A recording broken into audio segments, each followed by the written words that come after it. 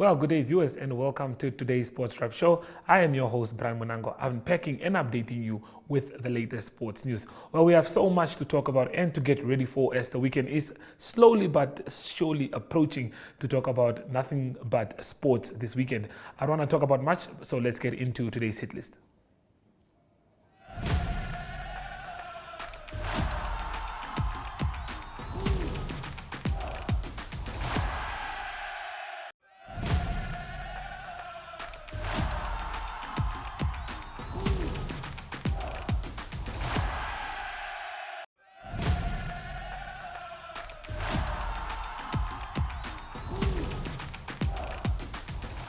Well, the 2023 African States Bowling Tournament kicked off this morning in Windhoek at the Namib Bowling and Eros Bowling Clubs, where Namibia's men and women respectively will tackle Botswana, Kenya, South Africa, Zambia and Zimbabwe till Friday. Well, Andrew was the reporter on duty and he compiled this for us. Yeah, you guys won the first game this morning. Yeah, 22-15. 22-15. Yeah, and then our players team won also 33-5. And then but against Zambia. And now it's no, we're trying now. Still good. This is going. Yeah, it's going. So just good news. You will be on TV on Thursday or Friday afternoon. So good luck. Thanks.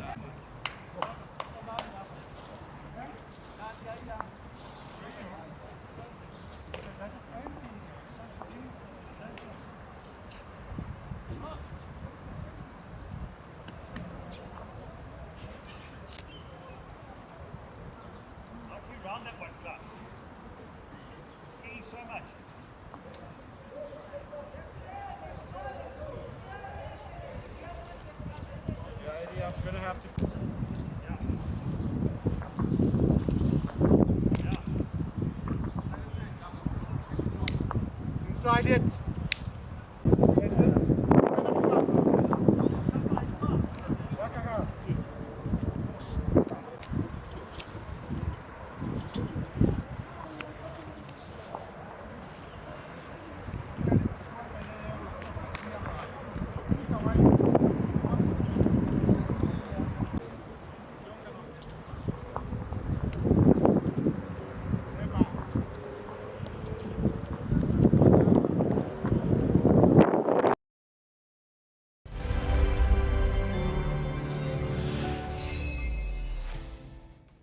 Well, as you saw at the end there, the video was actually compiled by Tillman and not Andrew. I got it wrong there. Well, in the men's trips match, Namibia beat Zambia by 22-15 to earn 3 points. Well, Namibia's women also got off to a good start as well as they beat Zambia narrowly by 17-16. Also earning 3 points in the 4 competitions. In the ladies single clash, Zambia overshadowed Namibia by 21-7 as they won that one, and those are the only results that we have thus far. Well, this weekend, not this weekend, but starting Thursday, we will be giving coverage to the bowl, so you can tune in on NTV and also on our social media platforms to just take a look at what's happening there. Well, the annual rubbish run organized by Windhoek Harriers started and finished at the DTS Sports Ground in Olympia on Saturday, attracting approximately 160 participants who enjoyed either a 10-kilometer or a 21-kilometer run. Despite the cold weather, the early morning temperatures as low as 6 degrees Celsius did not stop runners from taking part in the competition. We spoke to a few of the winners after the event, but let's take a look what they had to say. Yes, my name is Longofele Manasno. The route for 10K was very good, but the problem is very cold. Yeah, that is goodness. The pace was very good. I managed to run 59 minutes, but right now I'm just feel good. You're feeling good. Yeah. And how was the route exactly? What is it about the route that was very special for you? The route is very nice. The problem is just the coldness. Oh, okay. It's very nice. All right, so you ran a time of about 39 minutes. Yes. So tell me, when it comes to your previous runs in this ones, what is the difference? The difference is just the height. The height. The mountain and those stuff. Okay, and is this one of your personal bests or? This one is not my personal best. My personal best for 10K is 37 minutes. But today was cold. I'm just feel like. Oh, okay. So the weather had a little something to do with it. Yeah, I don't have a competition. That's why. Yes. I'm running 59 minutes. Okay, perfect. Okay, could you also tell me what is the importance of runs like these for Namibians? The importance of running is must like you keep yourself fitness. Yeah. You must try to keep yourself also strong. That is very important. That is very important for them. If you're training health, you will get something like a medals, money, and something. Yeah. Yeah, that is very important for running. That is the thing. All right. Thank you very much. All right. Thank you, sir. Yeah. Bye.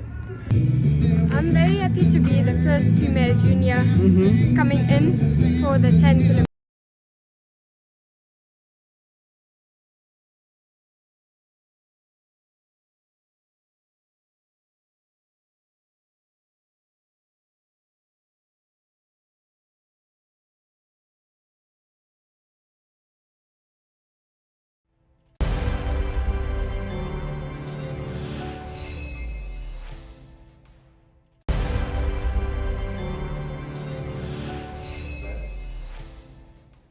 Well, apologies for the videos that did not have sound towards the end there.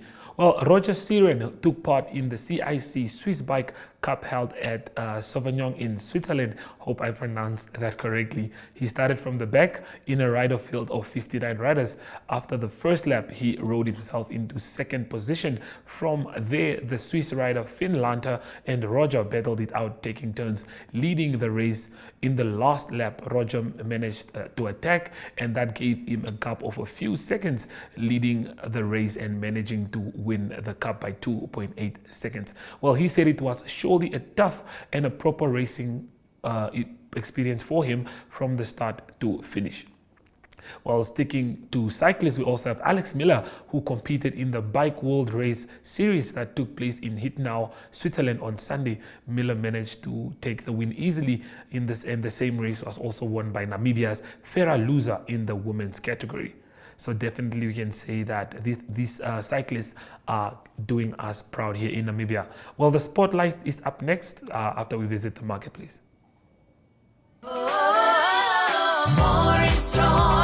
Warm up your winter with the hottest deals at WB. Get 500-gram Rama margarine for $23.99, 1 kilogram jungle oats for $36.99, 2-liter Namilk or Maere for $42.99, 900-gram Harvest Time mixed veggies for $27.99, plus Huggies value packs for just $169.99. Beat the chill and save more at Woermanbrock. We care.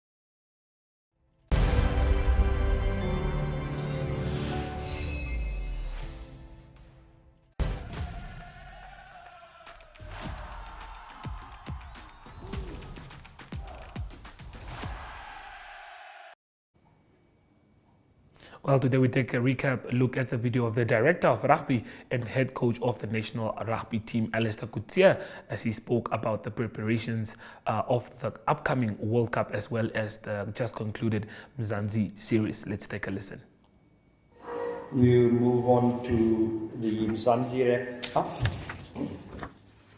Just the overall performance. I know, people look at results and they They determine success by the number of matches you won, or whether you've made the semi-final, the playoffs or not.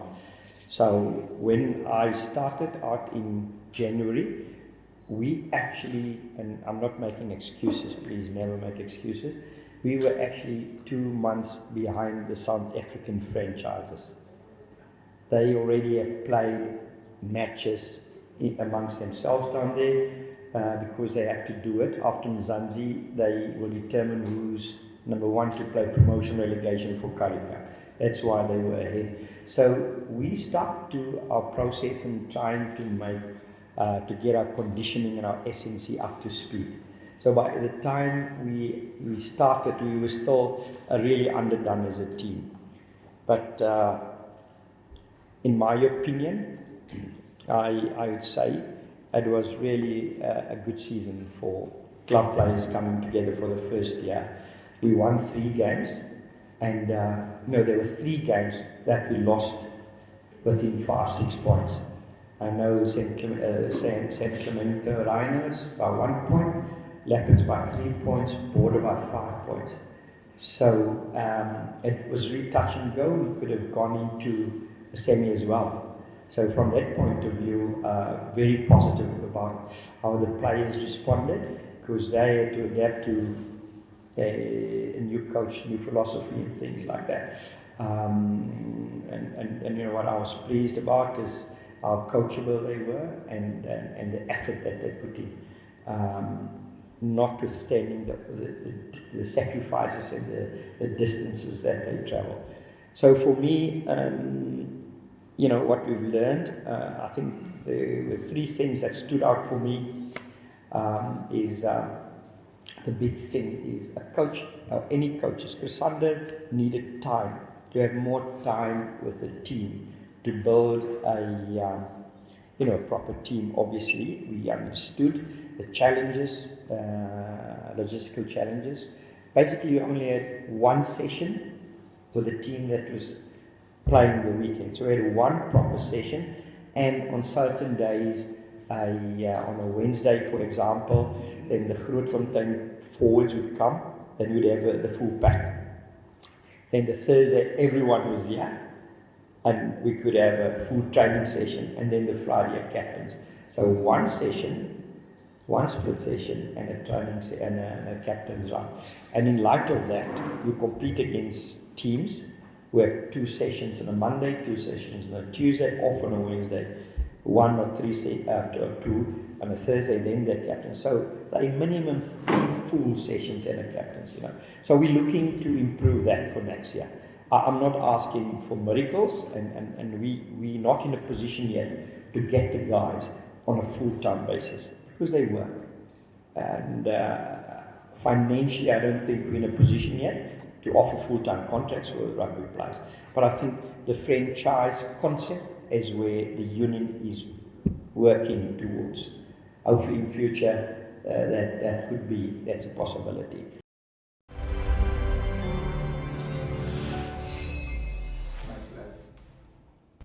Well, there you heard it from the man himself. Sticking to rugby, we have our special Le Rugby Joe segment up next, where you can win yourself a trip to France to watch the first game of the Windhoek Harriers taking part in the Rugby World Cup, that is.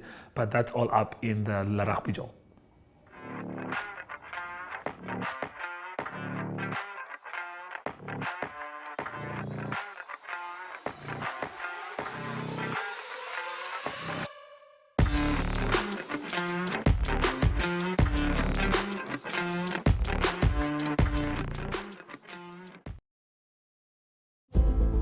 It takes heart and all the soul.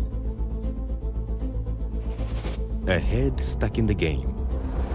It takes every bone in your body, all the blood in your veins. And then more blood, and more sweat, more tears, all your hopes and your dreams. It takes conquering fears. It's late nights and weekends. 6 to 6s, 9 to 5s.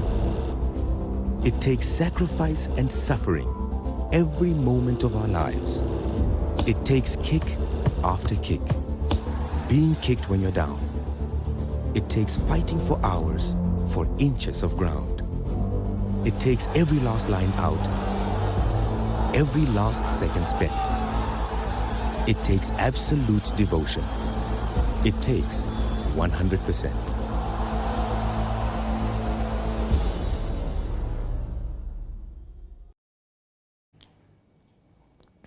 Well, we were at the Wanderer Stadium where we caught up with rugby legends with the likes of Skalk Burger and Skalk Brits, who came to Namibia just to come showcase what they know and what they have to share about the sport of rugby. So we got a chance to interview them and to speak about the Rugby World Cup that is fast and approaching. And this is what Warren Brosnian and Burger had to say.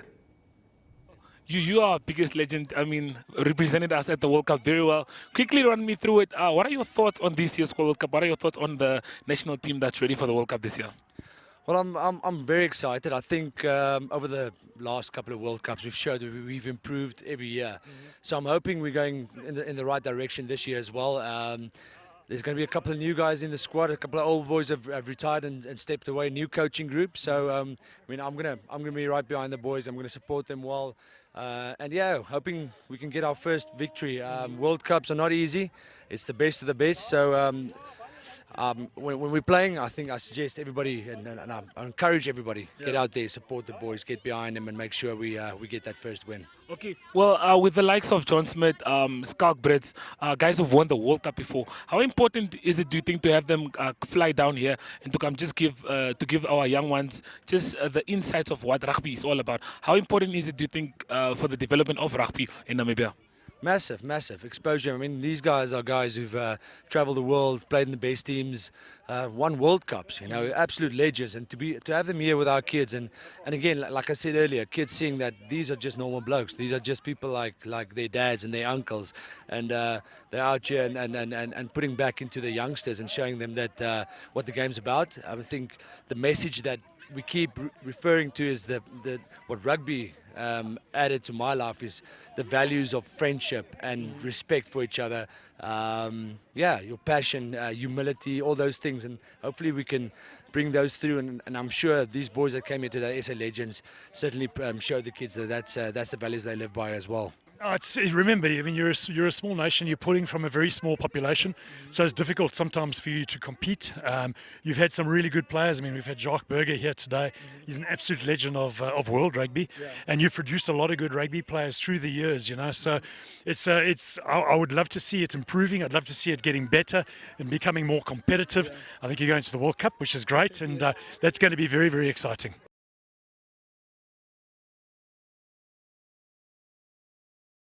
This May, choose brand new. Choose drama and deceit. I'm very attracted to you. Oh. Would you be interested in having an affair? Choose fights and fallouts. I won, and that was right. I brought the heat. I mean, I'm gonna destroy you. Choose truth and discovery. I miss her every day.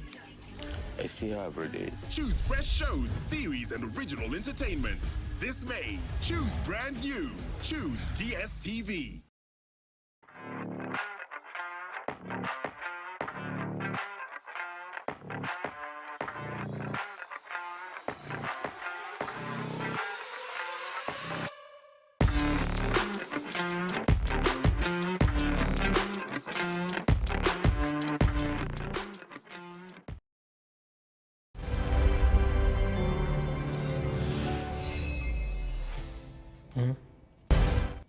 Well, Ari Hougaard is on standby with international news, and we'll visit him right after the break.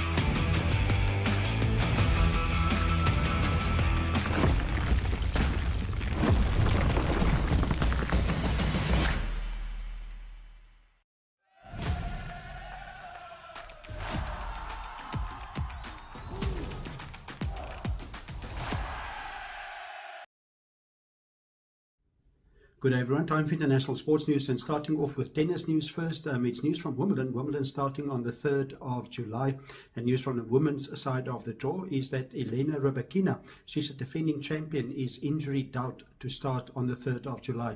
She withdrew from the Eastbourne International Tournament, and she's battling with a virus that she picked up, and the virus she picked up a few months ago, and because of the virus it also didn't play in the French Open, and it is Elena Rybakina that did play in the tournament the last weekend, the German Open, but she lost in the round of 16. So Elena Rybakina, she played in the final of Australian Open as well, one of the favourites to do well at Wimbledon this year. On the men's side of the draw, it's also an injury concern for Nick Kyrgios of Australia. He's the finalist from 2022 when he lost to Novak Djokovic in the final, and he also have trouble with his knee. He had a knee surgery in January, and he played one tournament. He lost in the first round 2-3 weeks ago, but again withdrew from the Queen's tournament, and so he's also in doubt to play in the Wimbledon starting on the 3rd of July. Moving on to soccer news, and it's still transfer news making headlines, and it is Declan Rice of West Ham making the biggest headlines at the moment. Two big clubs trying to get his signature, and he's up for sale. West Ham United wants to sell him for £100 million, and there's been a few offers from Manchester City and also from Arsenal, both the teams trying to get the signature of Declan Rice.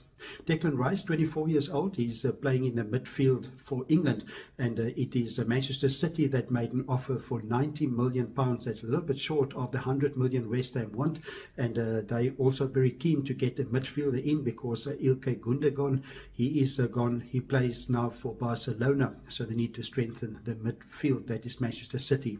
Also Arsenal, they're making their third attempt, a third bid they're going to make to West Ham, and it is Declan Rice that's also the captain of West Ham, and there's indication that if he plays for Arsenal he might also be the captain of the club. Going on to coaches, and it is good news for Crystal Palace. Good news is that Roy Hodgson confirmed that he will be coaching Crystal Palace for yet another season. He's already 75 years old. He's coached England, he's coached about 5-6 different clubs in the English Premier League, also in Europe.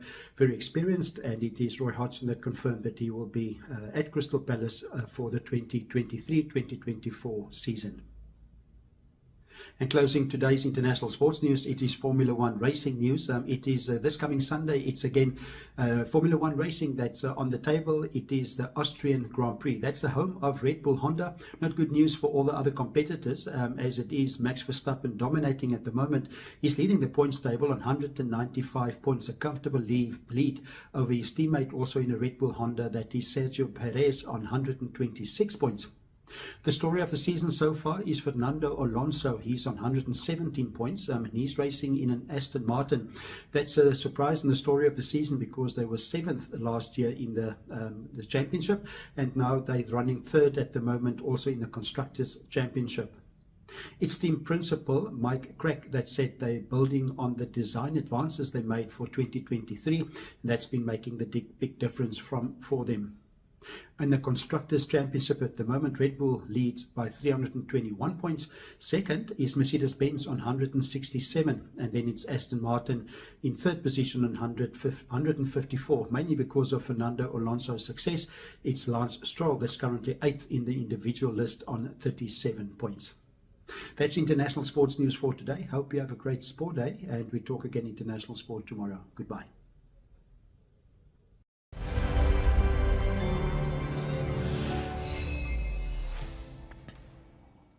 Well, that brings us to the end of today's Sport Wrap Show. I hope everyone is looking forward to watching the CAF Under-23 Championship games that will be taking place today, as we will see the likes of Morocco and Ghana playing in what seems to be a group of death group that they are in there. Well, Sports Wrap will be back again tomorrow, same time, same place, and it is goodbye.